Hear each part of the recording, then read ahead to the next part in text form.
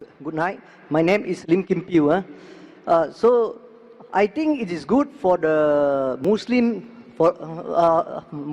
extremists, Muslim against extremists against the Western Christian who are ego and proud, because the Western Christian are rich, developed, and progress, and they look down on the Hindu, Muslim, and Buddhist. And the Muslim consists of over 40 countries, and the Buddhist over 10 countries, and the Hindu just a few. Nobody dare to challenge against the Christian. Only the Muslim dare to challenge against the Christian. The brother has said emotionally that the Christian of the Western country, they look down upon the Buddhists, the Muslims, the Hindus, and no one dares to challenge the Western Christians except the Muslims. Brother, I slightly differ. What you are saying is right. All Muslims don't have the guts to challenge the Western world. There are some Muslims like Tun Dr. Mahathir Mohamad.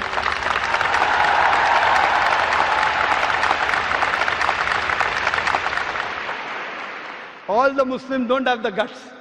And I am a person who is not very much in favor of politicians. There are very few politicians who I respect, and one of them is Tun Dr. Mahathir Mohamad.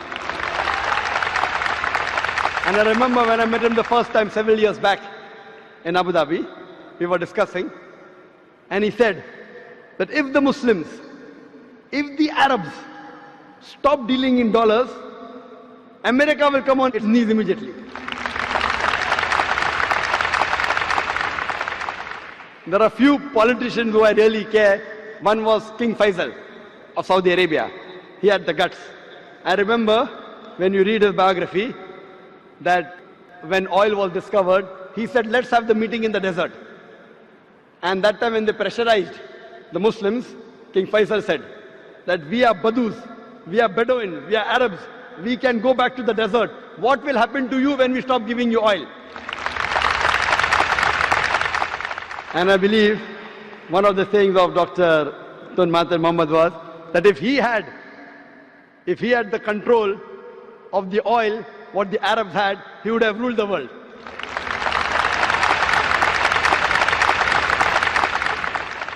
That's why I said in my lecture of terrorism, Muslim monopoly, that most of the terrorist acts, directly or indirectly, are related to politicians.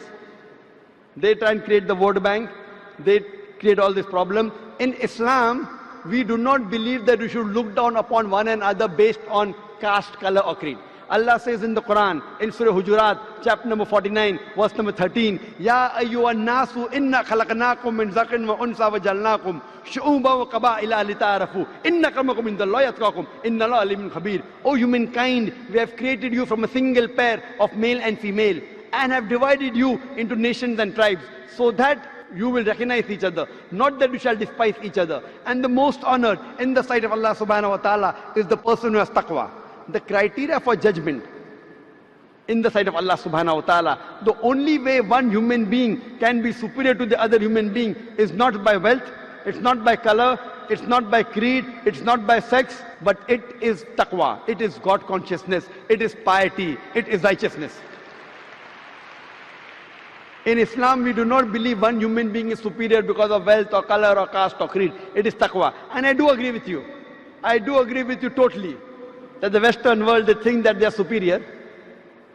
They think they are superior.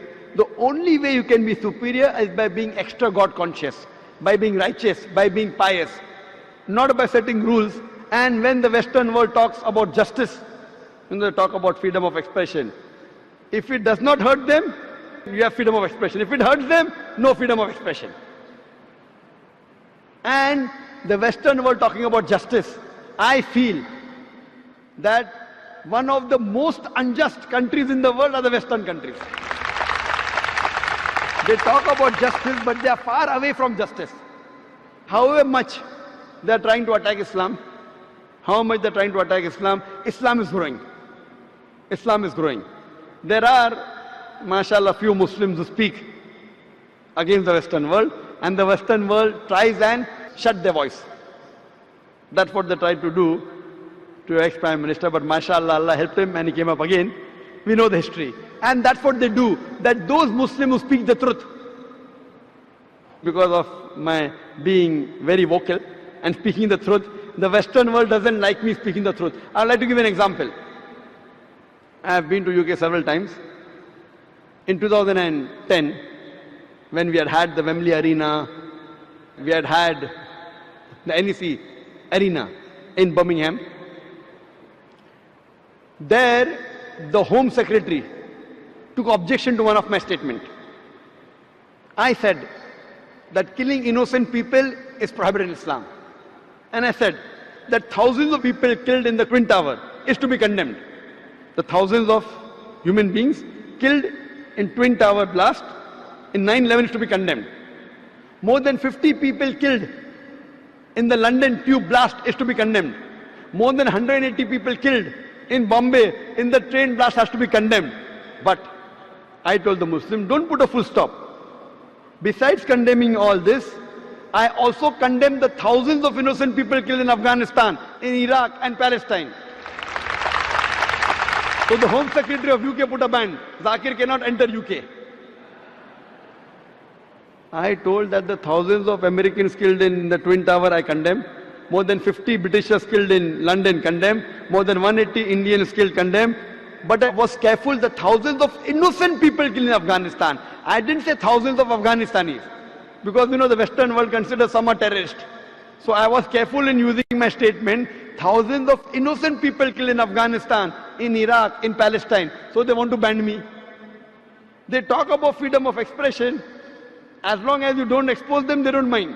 Once you expose them, they don't like freedom of expression. So I do agree with you. But alhamdulillah, summa alhamdulillah, however much they try and suppress Islam, Islam is spreading.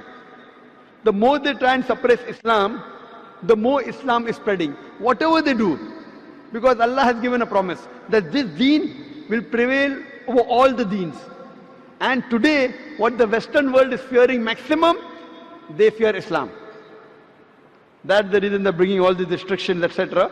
But what they do, inshallah, we believe in the commandment of Allah subhanahu wa ta'ala that Islam will spread and is bound to spread. Allah doesn't require me or other people to make Islam spread.